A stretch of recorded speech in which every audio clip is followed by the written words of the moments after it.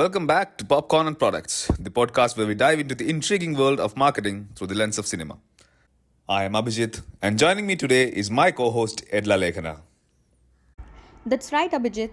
We are a group of marketing students on a mission to uncover the secrets behind one of the most captivating and lucrative marketing strategies in the film industry: product placements. In today's episode, we have a special treat for you. We're sitting down with renowned marketing professor, Mr. Shubadip Roy, who's an expert in this field. We've titled this episode To Place or Not to Place because we'll be exploring the art and science of integrating products seamlessly into the world of cinema. So grab your favorite movie snack, sit back, and join us as we unravel the fascinating world of product placements in movies. Get ready for some eye-opening insights, compelling stories, and expert advice. Now let's explore the magic behind those iconic scenes where your favorite character just happens to be sipping a soda or driving a sleek car. It's all about to place or not to place right here on Popcorns and Products. So, sir, can you start by explaining what product placement in movies is and how it differs from traditional advertising methods? Okay, so if you ask me, there are some fundamental differences between product placement in a movie as compared to an ad. Because whenever it comes to an advertisement, it is the way a consumer looks at it is a paid form of communication, which has nothing to do with the content which he or she is viewing at that point of time. So in the worst case, an advertisement is considered to be an intrusion. So we actually wait for that to get over. This is the same thing which you will observe if you look into neurobehavioral studies related to YouTube. When an ad comes before the big video which you want to see, you'll find out that 80% cases our eyes are fixed on that bottom right hand tab where I'm waiting for the skip ad to come. Yes. So that is what is an advertising, and the problem is increasing because we are having huge amount of clutter. I mean, everybody is trying to use the same advertising space. Now, whenever it talks about product placement, it is not considered to be an advertisement because it's a part of the story. Yes. And I am really not considering it to be an intrusion because it comes as a part of the narrative which I'm actively watching. So if that happens, the problem is solved in certain extent because the moment I don't think of it as an intrusion, I don't think of avoiding it. So if I don't think of avoiding it, the chances of me paying attention and recalling it in my mind increases. Okay. But that is the fundamental difference. But there are obviously more things to understand when it comes to product placement. Okay. Sure. So, based on what you just said, I just had a question. Suppose if we are going on the road driving and then we see a billboard. So usually how product placements work is we don't describe or talk about the product. It's just in the story. Sometimes it's just in the background. Not necessarily. Okay. So the point which you are trying to say is related to the types of product placements which are possible. So there are majorly two types of product placements. One is called as passive product placements, where let's imagine that you are watching a scene, and I'll give you an example from India. So if you look into this Ajay Devgan movie, I'm forgetting the name of it, the Dhamal, latest Dhamal. Not Dhamal, sorry, the Golmaal, the latest Golmaal. Okay. Now there is an opening scene where Ajay Devgan has a fight with some goons, and you have in the background a hoarding where a pipe company is present. Okay. This is where I'm actually passively placing the brand. Now I can passively place the brand. I can also passively place a logo or any part of it. So take the case of an Avenger movie where between the fight between Hulk and one of the men of Loki, you smash a truck which has Pepsi. Yes. Okay. So Pepsi cans get all strewn around. Yes. Even though it's a part of a narrative, that is a passive placement because I do not explicitly talk about the brand. I do not explicitly talk about the product, and it is just something where I'm expecting your attention to go. But there is also an active form of placement which can also happen in two ways. You show the actor or the protagonist actively consuming a product. Using the product. So that is not a passive placement. You are not just placing a banner. Again, go back to the Dhoom 2. Hrithik Roshan tries to test a hand magnet and he pulls a can of Coke. Yes. And then he drinks it. Now this is an active placement because you are placing the product you are integrating that in the narrative much better than placing a Coca-Cola neon signboard at the background. Now this can happen even more stronger. So there is a movie of Akshay Kumar called Namaste London, where what was done is there was a particular picture depiction where the protagonist or the actors talk about how to send money from London to India. And one of the actors suggests that use Western Union money transfer. This is the best way to transfer money from UK to India. And then the actor is shown to go to the place, use that product. Now, this is actually a case of an active placement where you have a chance of talking about the USP of the brand and also showing how to use it. Okay. So, do you think which is more effective, the passive aspect or the active aspect of product placement? Okay, so ideally the best form will definitely be the active form, because then what happens is that I get to talk to the consumers or I get to communicate the reason why the brand is or what it does and how it does it.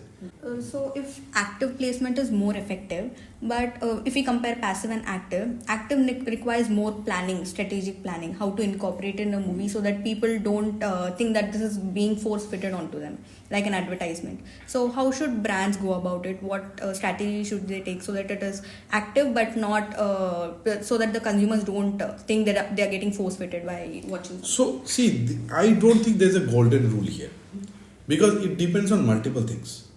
At times the producers may not have a choice because you are thinking about, take the case of regional industries, and I'll give you an interesting example. So there is a famous detective character from Bengal called Feluda, who's a sleuth, and Satyajit Ray. yeah, so Satyajit Ray's son actually started making films after Satyajit Ray passed away on Feluda. Now the problem there is that they were not like big budget movies. And if you want to cover the cost, you may actually look out to corporates for doing that. So what he did was he actually integrated that there is a ad shoot which is happening in the same place where a murder has also happened. Okay. And that was for a jewelry brand. Okay. Now the problem was that they had faced a lot of flack from the viewers.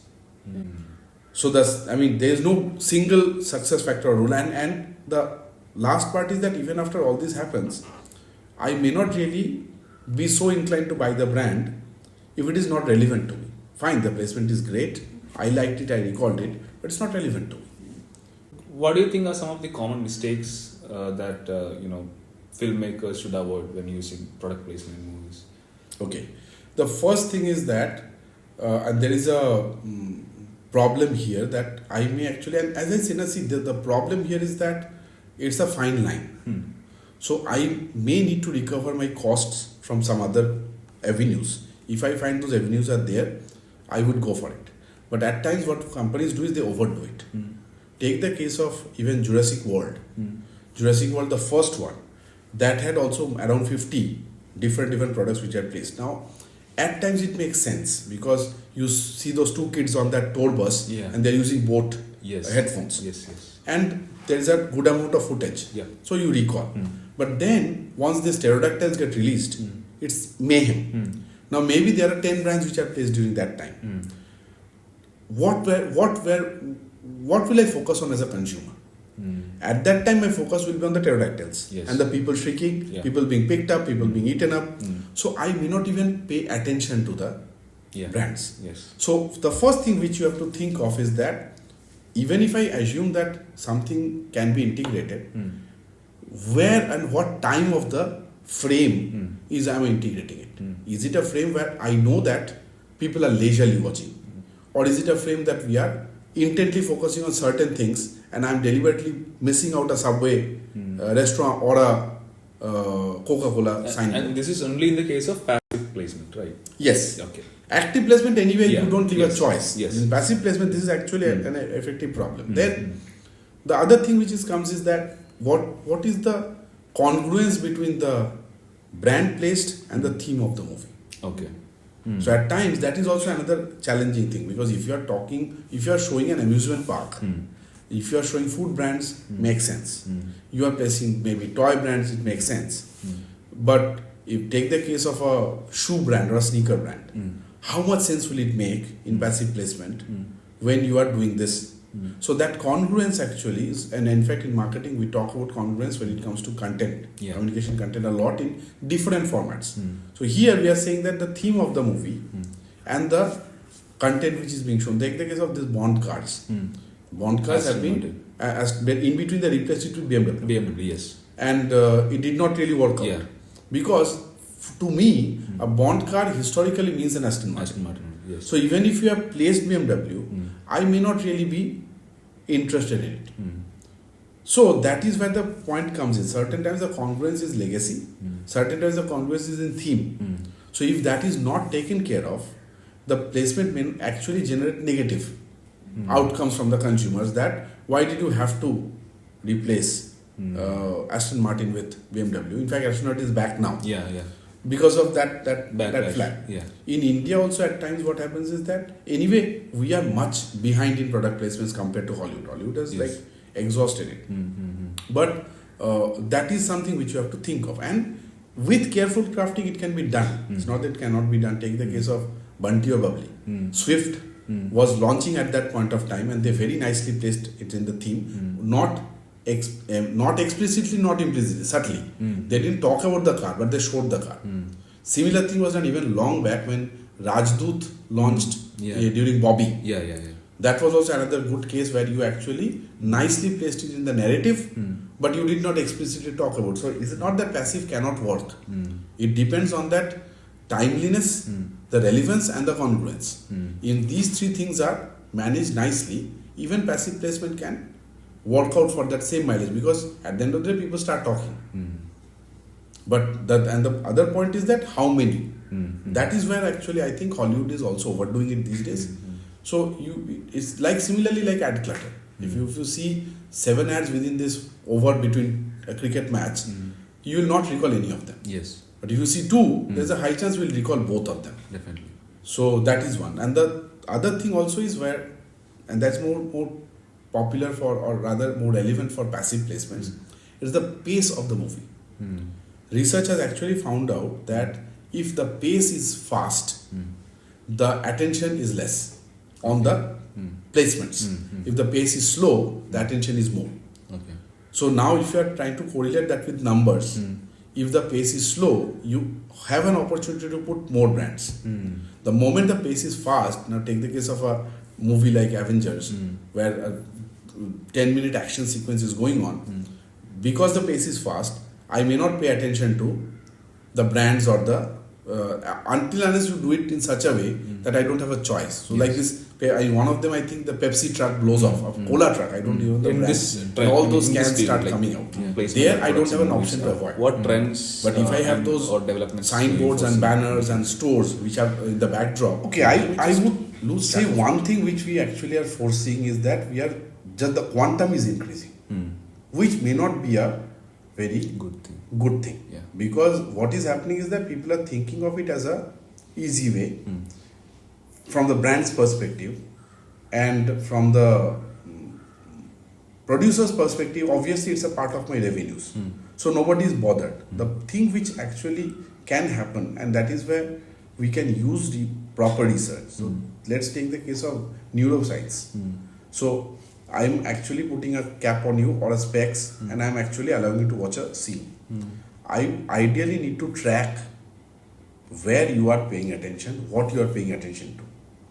Now that I do not know why whether it's actively being done or not.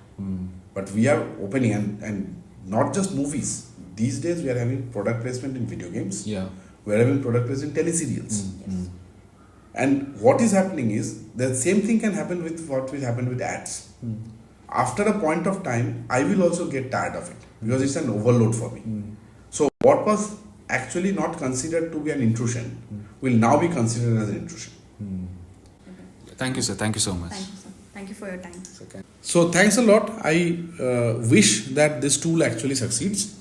But as I said that we still are, I think, a long way to go. But thanks for the interview and thanks for the opportunity. So that's all for today, folks. Don't forget to subscribe and follow us for more exciting episodes on the intersection of marketing and cinema. Until next time, keep popping that popcorn and spotting those products.